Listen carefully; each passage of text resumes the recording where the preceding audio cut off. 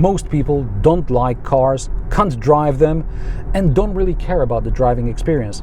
They want the cars to be silent and odorless. Maybe Waymo should finally come to Europe and put us out of our misery.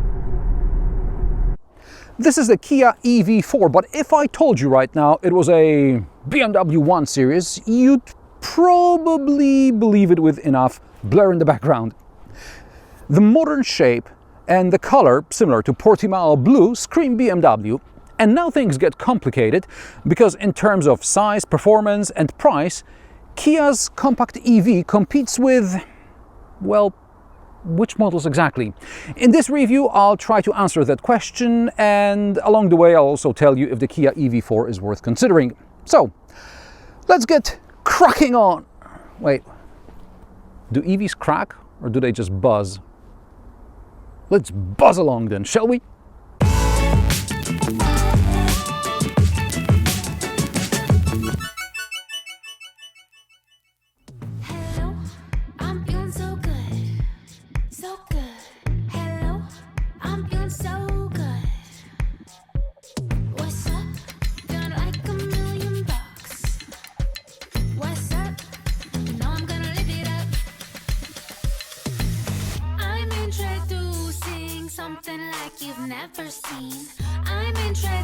At first glance, the EV4 is a classic hatchback. In a sense, it replaces the Ceed, but the Ceed's successor is actually the Kia K4, which looks almost identical to the EV4, but has a 10 cm shorter wheelbase.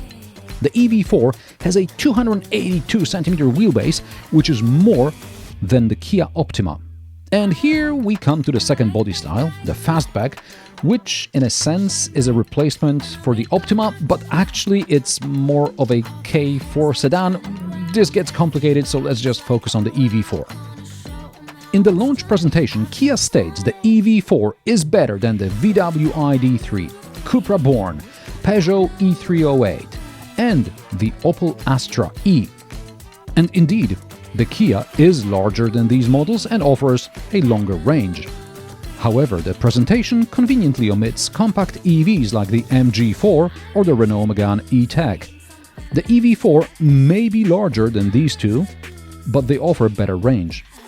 The Tesla Model 3 was also conspicuously missing, and so was the Mercedes-Benz CLA, which may be a premium model, but along with Tesla is a much more interesting proposition than the EV4 fastback. That doesn't mean that the Kia EV4 is a bad car, it's simply debuting in a very competitive market, and even Kia offers equally interesting models, namely the EV3 and the EV6. Although the EV4 is based on the eGMP platform designed for electric vehicles, I get the impression that its similarity to the internal combustion engine-powered K4 compromised some of its practicality. For example, there is no frunk under the bonnet. But that's not a problem, since the EV4 has 435 liters of boot space, right? Right? Yes, but it's an exceptionally poorly thought out 435 liters. I mean, we have a double floor, and that's a plus. Above the floor, there's about 330 liters, and with the floor lowered, we are approaching 435 liters, but there's still a bit missing. That bit is in the recess under the lower floor, but that's where the optional Harman Kardon audio system component lives. And again, many car makers do that. But because of that, there is no room for an emergency triangle, a repair kit, or the charging cable. In the EV3, such items could end up in the frunk, but the EV4 doesn't have one. So you'll probably have to install some kind of mounting bracket, for example under the front passenger seat. There are shopping bag hooks, but they are so low, they're not really useful. There are also side niches where I've crammed the fire extinguisher and the emergency triangle for now, but that's not ideal. Kia still insists on proximity tailgate opening system, meaning when I approach the rear of the vehicle with the key in my pocket, the tailgate opens. I prefer swinging my foot under the bumper, so I always disable proximity entry in Hyundai and Kia cars. While the EV4's boot is, in my opinion, underwhelming, there's so much space in the rear seats that you could think Kia is trying to challenge the Chinese brands that prioritize rear passenger comfort. Until now, this much space has only been available in Skoda, which has always been slightly larger than its Volkswagen counterparts in a given segment. I'm 175 centimeters tall and the driver's seat is set to my driving position. The driver could still slide back a lot more. However, if I were taller, my head would start to touch the ceiling. But if you need more headroom in the back, you can choose the EV3 or the EV5. There are small door pockets. They are enough for my water bottle, but they're small. There are also pockets in the backrests of the front seats. On the sides of these seats are also USB-C ports, which I think is a good solution because the middle passenger won't have their feet caught on cables plugged into the bottom of the center console, as is the case in most other cars. Also, the floor in the middle is flat. There are air conditioning vents in the rear, but no controls for the rear zone climate control. In the two top trim levels, the side seats are heated. There are also coat hooks on the backs of the front seats. Yes, these are those humps here. There is also an armrest with cup holders, but the rear seats split 40-60 and there is no access to the boot behind the armrest. The backrest angle isn't adjustable and the seat belts get in the way when folding and unfolding the backrest. I get the impression that the goal was to maximize the rear seat width, no matter the cost. And ISOFIX anchor points are only on the rear outer seats. In the front we get the full-on new Kia cockpit design, which means the screen runs about 2/3 of the width of the dashboard and is divided into three sections. The driver's display, the infotainment system, and between them is a small touch panel for the AC. However, key climate controls are accessible also via physical buttons under the central display. If car makers must go the tablet route, they should retain as many physical switches as Kia. Before 2020, I considered Volkswagen to be the benchmark in terms of internal ergonomics. Today, Kia's my new favorite in this sphere, and no other brand, cheaper or more expensive, comes even close. Which doesn't mean everything is perfect. For example, the wireless charger under the display, as is the case in almost every Kia I reviewed in recent years, keeps dropping the connection. And no, it's not a problem with my protective phone case because in the Toyota Land Cruiser, for example, my phone charges without a problem with or without the case.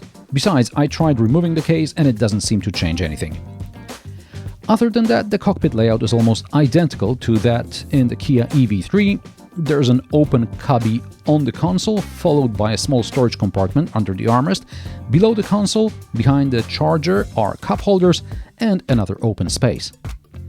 Now, while this lower shelf is lined with rubber so I can toss keys in there, for example, the upper cubby is finished with hard plastic, so keys or coins will rattle around. The glove box is small, the door pockets are okay. There are also buttons on the doors for controlling the heated seats and heated steering wheel, as well as to store memory settings for the seats. Yes, Kia is the king of ergonomics these days. Everything important is accessible via physical buttons. There are also physical buttons on the steering wheel. The drive selector joystick behind the steering wheel might not be visible to everyone, but I've seen worse. The interior quality is good, although I'm not a fan of vegan leather upholstery, which doesn't even remotely resemble leather. If this is vegan leather, then I had vegan leather in my 1989 Fiat 126.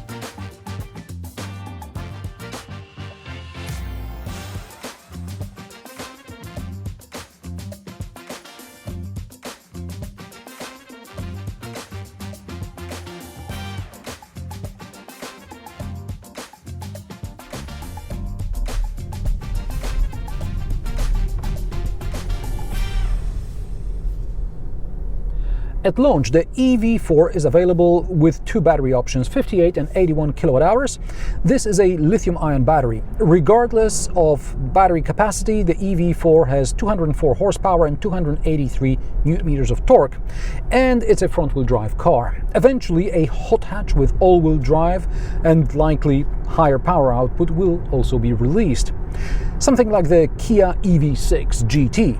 The difference is that the Kia EV6 GT, or even the standard version, uses an 800-volt architecture and can charge at over 200 kilowatts, while the EV4 still has the 400-volt architecture and a maximum charging power of 100 or 127 kilowatts depending on battery capacity.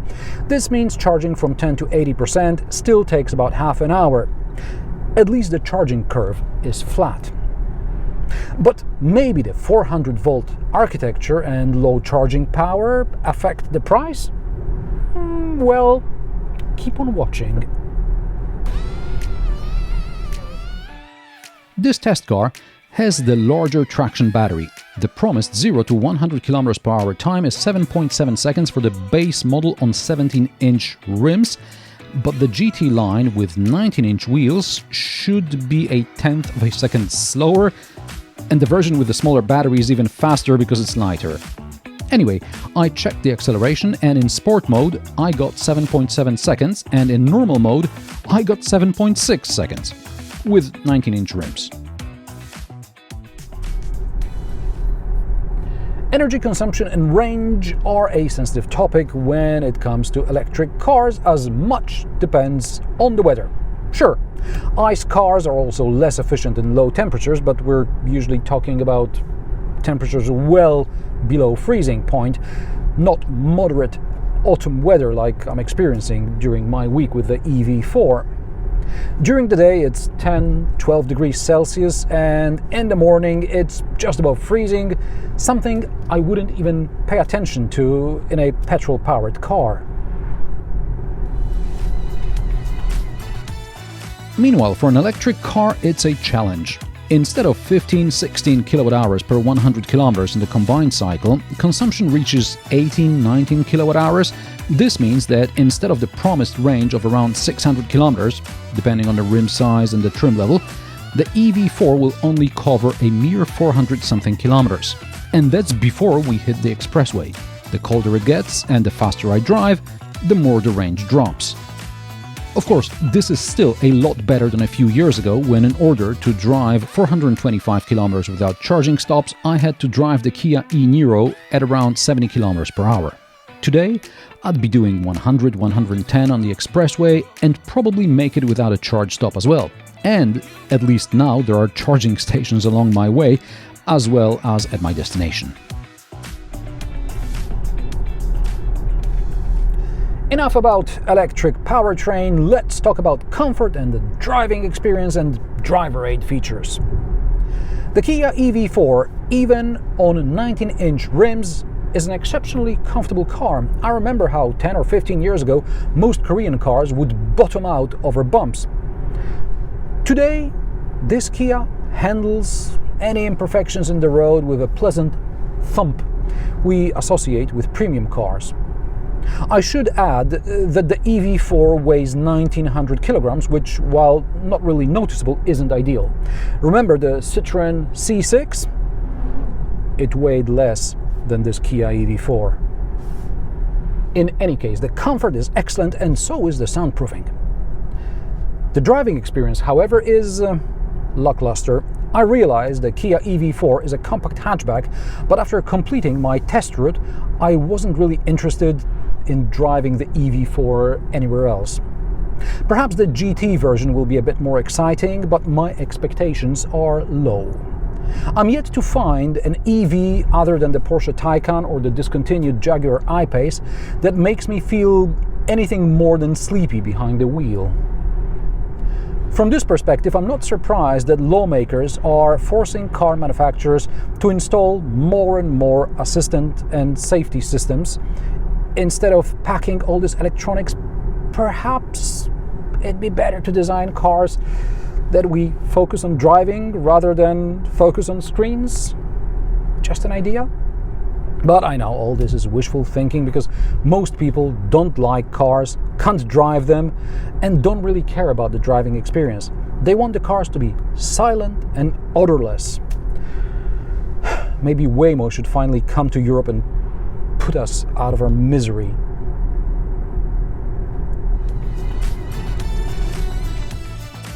And the driver aids are mostly good. After Kia EV9, or at least the software version that was in the EV9 when I reviewed it about 18 months ago, everything has been recalibrated. The only system that still occasionally makes a nuisance is the driver attention monitoring system. It can go off when I look at the road sign for too long. Other than that, it's okay. I appreciate that ESA can be turned off by long pressing the mute button on the steering wheel. I don't care about the rest. It drives, it turns, it brakes, though it's a gloomy summary of a car that will probably win a ton of awards. And if you're planning on towing, the EV4 can tow trailers up to a ton. Not for long though, as it will affect your range. And the charging is slow as well.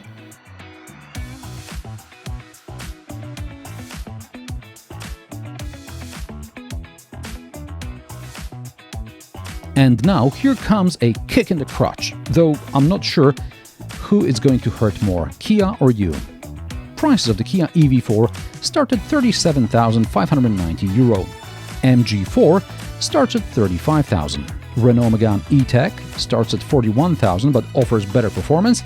Volkswagen ID3 starts at €33,000, and I'm almost certain the salesperson will bend over backwards just to push you out of the showroom with an electric VW product. And that's before we get to the Kia EV6, which starts at €45,000. This is the GT line model with the bigger battery. With options, it costs €53,700. When you consider the liftback starts just $2,000 below the EV6, which offers faster charging, the EV4 is really a hard sell. So I suggest starting your visit to the dealership with a question about the end-of-year sale. Because at its current price, the EV4 is good, but not that good. And what do you think about the Kia EV4? Let me know in the comment section below. If you like my sarcastic, down-to-earth and possibly mildly amusing car reviews, join me every Friday at 3 p.m. Central European Time, and don't forget to subscribe and like this video as it helps me with the YouTube algorithm. Thanks for watching, and I will see you in the next one.